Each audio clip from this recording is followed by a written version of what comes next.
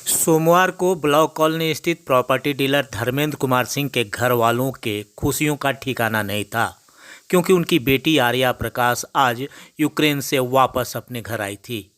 माता पिता ने अपनी बेटी के आने पर न सिर्फ उसका भव्य स्वागत किया, बल्कि गले लगाकर अपनी खुशियों का इजहार किया।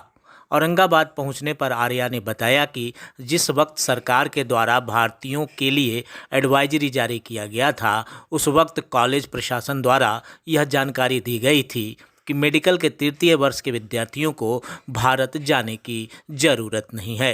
लेकिन 24 फरवरी को जब कीव में बड़ा धमाका हुआ तो सबके हिम्मत पस्त हो गए, क्योंकि मिलिट्री की गाड़ियों के सायरन से पूरा इलाका गूंज उठा और सभी अपने खाने पीने के सामानों के साथ बंकर में आकर शरण ले लिए। 4 दिनों तक ऐसा ही चला। कई रात आंखों ही आंखों में कट गए। दहशत और भय से दिमाग के सोचने की क्षमता समाप्त हो चुकी थी। सभी छात्र छात्रा अपने अपने घर वापसी को बेताब हो गए, लेकिन रोमानिया बॉर्डर तक पहुंचना आसान नहीं था। रोमानिया बॉर्डर की दूरी कॉलेज से लगभग 700 किलोमीटर थी। बस से सभी 28 फरवरी को रोमानिया सीमा तक पहुंचे, लेकिन वहां से 6 से 7 किलोमीटर की दूरी भारी लगेज के साथ तय करनी पड़ी। 24 घंटे के अथक परिश्रम के बाद रोमानिया सब पहुंचे।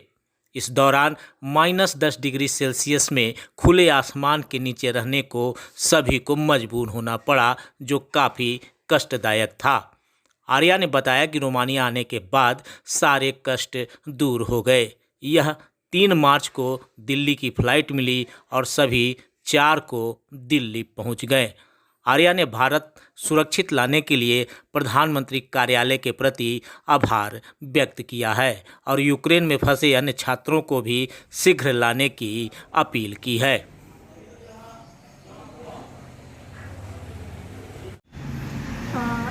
यूक्रेन में 24 तारीख को बड़ा धमाका हुआ था कीव में। उससे हम लोग बहुत ज़्यादा डर और सहम गए थे।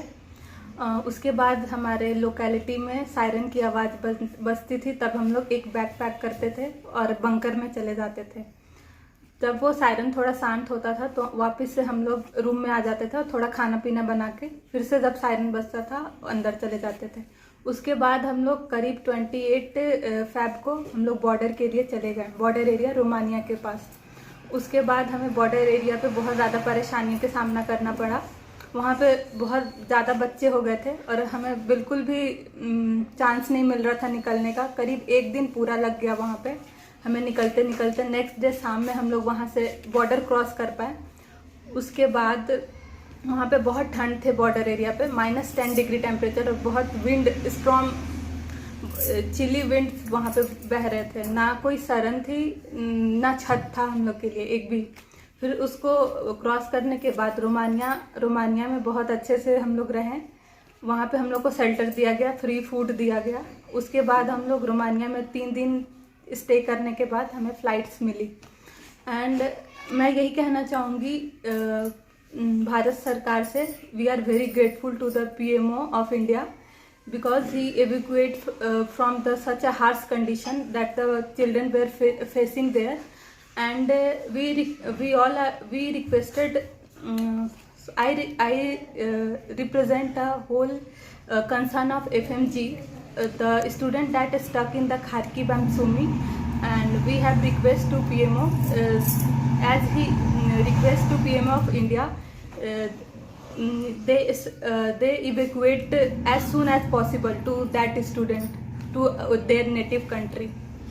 तो यूक्रेन से बॉर्डर पार करने में, रोमानिया आने में किन किन परेशानियों का सामना करना पड़ा?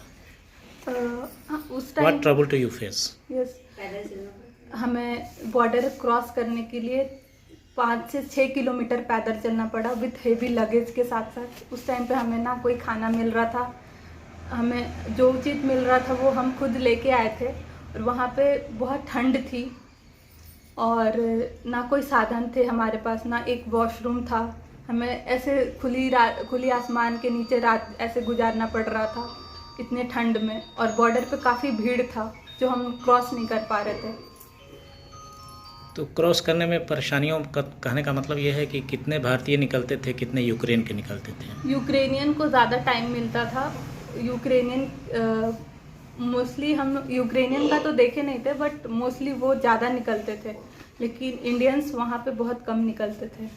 जैसे एक बार बॉर्डर खुला तो मोस्टली 10 से 15 बच्चों को वो लोग रिलीज़ करते थे, और बॉर्डर खुलता था तो हम लोग गर्ल्स की वजह से हम लोग पहले निकल गए, लेकिन और बच्चे वहाँ पे फंसे रहते थे। 2 रात 3 रात स्नोफॉल होते रहते थे।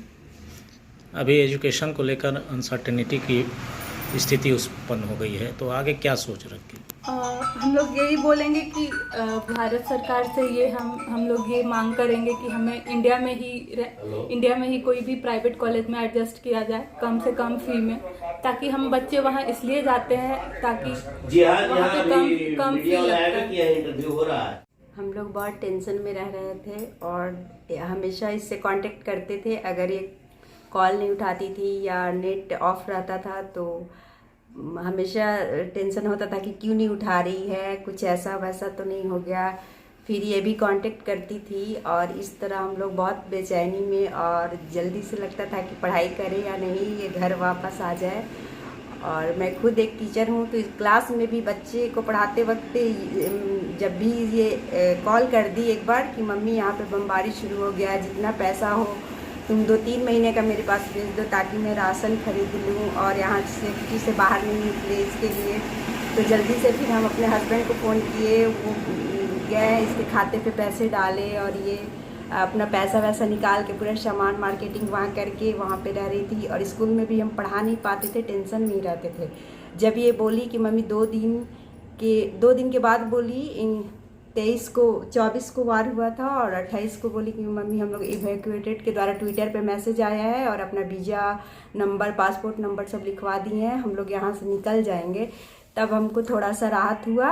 और जब ये रोमानिया बॉर्डर के लिए निकल गई तब हम लोग को ये संतुष्टि हुई कि अब हमारी बच्ची सेफ है। और फिर भी जब तक घर नहीं आ जाए तब तक हम लोग टेंशन में थे।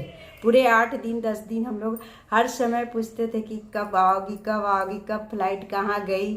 तो अभी एयरपोर्ट जा रहे हैं, 3 दिन तो बोली कि एयरपोर्ट के लिए निकले हैं, तो एयरपोर्ट के लिए निकले। फिर बोलती थी कि यहाँ से दूसरे शेल्टर में छुपे हुए हैं। फिर वहाँ खाना पानी किसी तरह मिल रहा है, बिस्किट और केक और क्या क्या खाकर बस किसी तरह पोर्क मांस मिलता था, ये लोग खा नहीं पाती थी। इस तरह ये पूरा समय 8 दिन का गुजार कर तब फिर 4 मार्च को आई है पटना में। कैसा महसूस हो रहा है अभी? अभी तो बहुत अच्छा लग रहा है, बहुत अच्छा लग रहा है। सही सलामत मेरे घर आ गई और आगे लेकिन पढ़ाई का चिंता लगा है कि कैसे पढ़ेगी। इसके लिए भारत सरकार से मैं कहूँगी कि यही इन लोग एडजस्टमेंट हो और उतना ही बच्चे यहाँ फिलअप करें मेडिकल का फॉर्म, जितना आप सीट रखें, जितना व्यवस्था रखे हैं। बाहर आखिर फी ज़्यादा होने के कारण ही लोगों को गार्जियन संभव इतना 1 करोड़ जुटाने लायक नहीं है। 1 करोड़ से भी ज़्यादा लगता है। हम लोग मीडियम क्लास के लोग हैं और पढ़ाने का शौक़, बच्चे का भी शौक़ कि हम मेडिकल ही पढ़े, तो आदमी को मजबूर होकर बाहर भेजना पड़ता है।